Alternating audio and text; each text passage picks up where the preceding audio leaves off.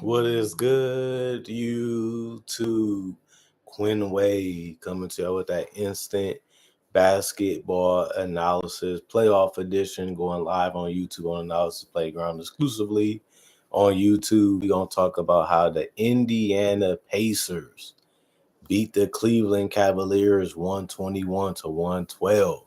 Not only did they beat them, they was able to create that separation, show that they can compete with them at the highest level, and we might be a better team than y'all. Which is something that I wasn't surprised about because Darius Garland didn't play this game, and he's a much needed player in this series if the Cavaliers want to win it. But right now, we gotta give credit to the Pacers for getting it done because they did start the first quarter off 36-25, already leading the game by double figures. That just shows you that you're ready and you prepared and you know how to attack this team and you know what you're doing throughout the rest of the game because they only lost that second quarter 33-28 and the third quarter 32-28, but they won the most important quarter, the fourth 29-22. Just flat out getting all the shots and the things that they wanted for the most part to be able to beat the Cavaliers single-handedly was impressive. But I would say the 121 to 112 victory was something that I didn't really see coming, but it happened and it's reality now. Pascal Siakam, 6 of 15 from the field, 2 of 5 from 3, 3 of 3 from the free throw line. He had 8 rebounds, one of those offensive with 4 assists and the steal, 2 turnovers, a personal foul, plus 16 and plus minus. He had 17 points. They did a good job on making things difficult, making things tough for him, but he still was able to get a good amount of shots to go in. And that's all you can ask a guy of his caliber to do, which he was able to figure it out. Aaron E. Smith has been a huge X factor for him because if he's shooting a three well, they're going to bust your butt. 5 of 8 from the field, 4 of 6 from 3, 3 or 4 from the free throw line. He finished with 17 and 8 rebounds also, just sneaking his way into this game and having a good one. He had an offensive rebound he had 2 offensive rebounds out of 8. 1 block, 3 turnovers. He did also have 5 personal fouls, so he only played 25 minutes.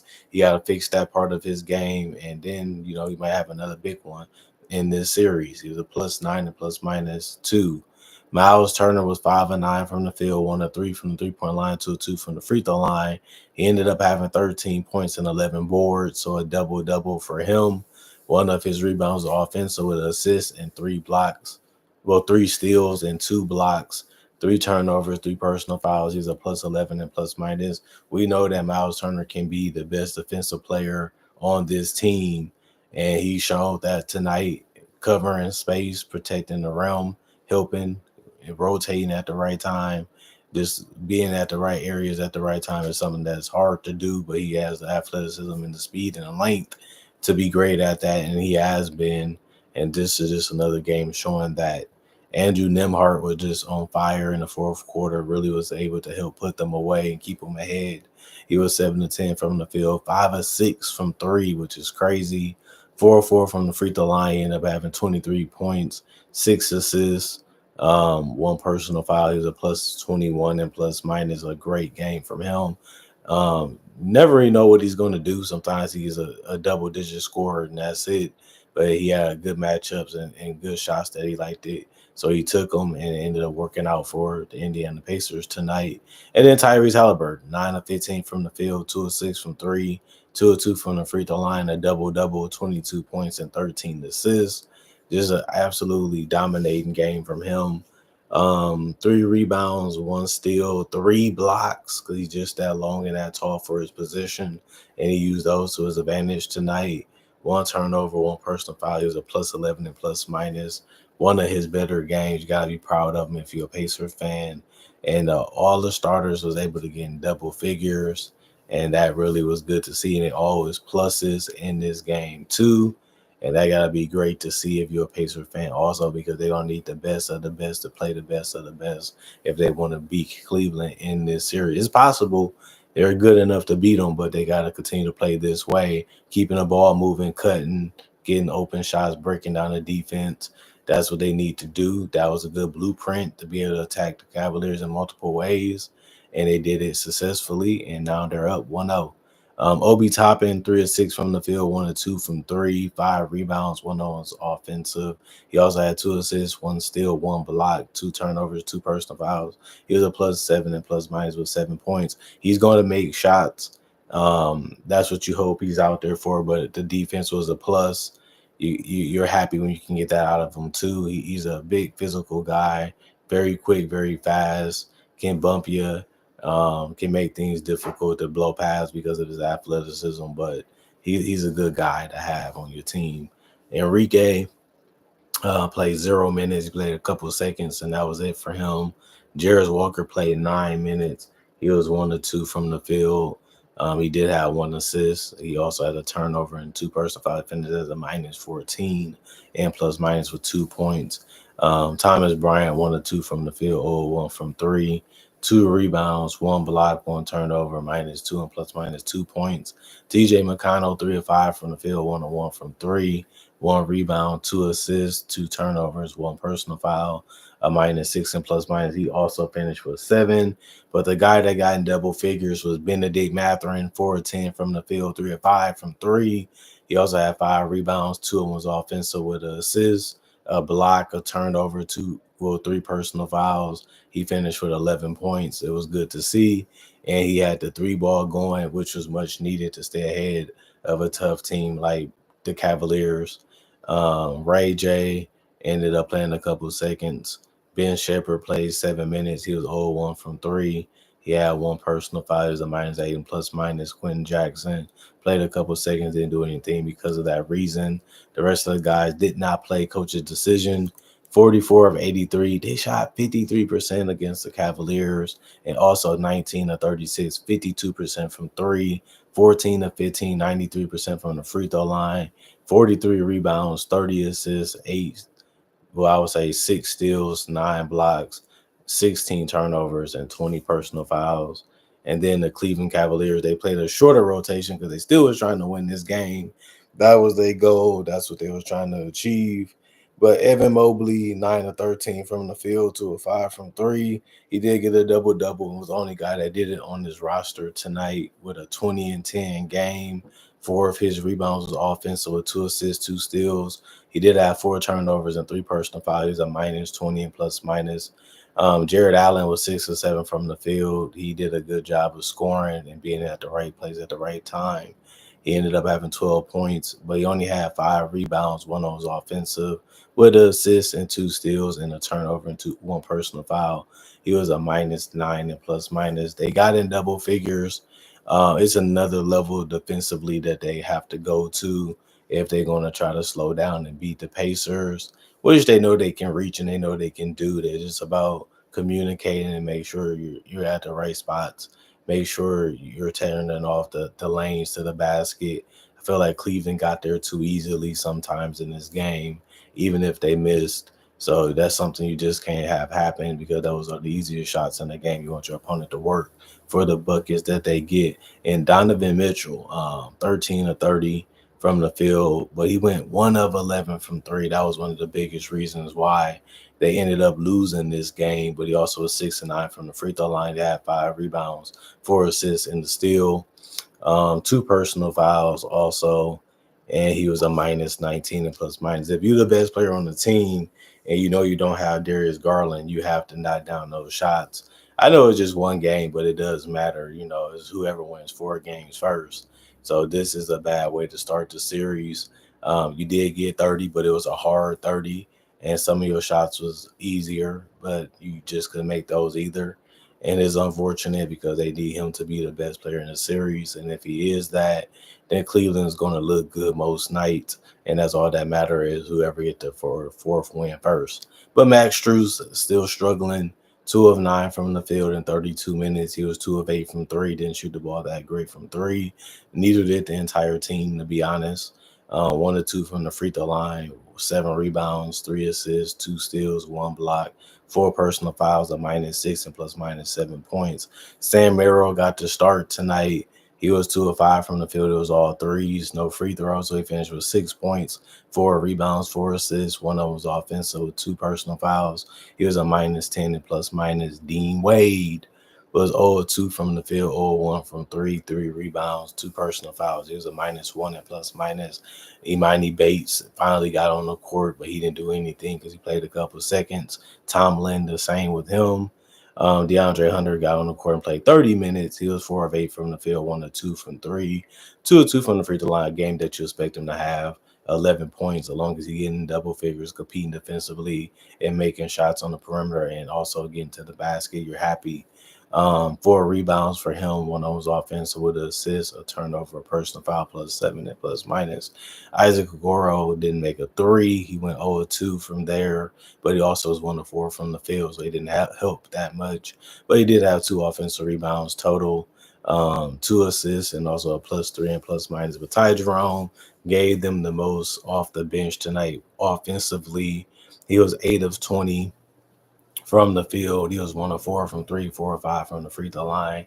He did get 8 assists also, 3 rebounds. 2 of them was offensive. He had a steal, and he also had a turnover and a personal foul. He was a +10 and plus minus. The guy just was dictating everything, and that was just good to see him have a game like this, and that encouraged you that we can beat these guys. We know it. We showed it. We proved it. Now we have to find a way to do it in this series, and that's going to be why the game 2 is going to be so important, because Indiana playing like they have no fear. They playing like they have a shot. They playing like they better. Their confidence has always been high as a team. Their style has always been something they've been proud of and something that makes them unique. And they used it to their full advantage tonight. And now they're up 1-0 with a chance to go home after game 2 and try to find a way to win the series early. But you just never know what happens. That's the reason why the Cavs was able to lose this one. Lou Travers was the last guy that played a couple seconds. He didn't do anything because of that. The rest of the guys did not play. Coach's decision. That was 45 of 98, 45% from the field, 9 of 38, 23% from three. That just can't happen. 13 of 18, 72% from the free throw line. 13 of was offensive, 43 total, 25 assists. They ended up tying for the rebound battle. They lost the assist battle. They won the steals battle because they had 8. They only had a block. They lost that battle significantly to the Pacers. They had 7 turnovers, which was good, but it didn't really matter because they didn't knock a lot of shots down. And then they had 16 personal fouls, which is also good. They did some things right. Some things went in their favor. Some things they did play was very smart of them to do.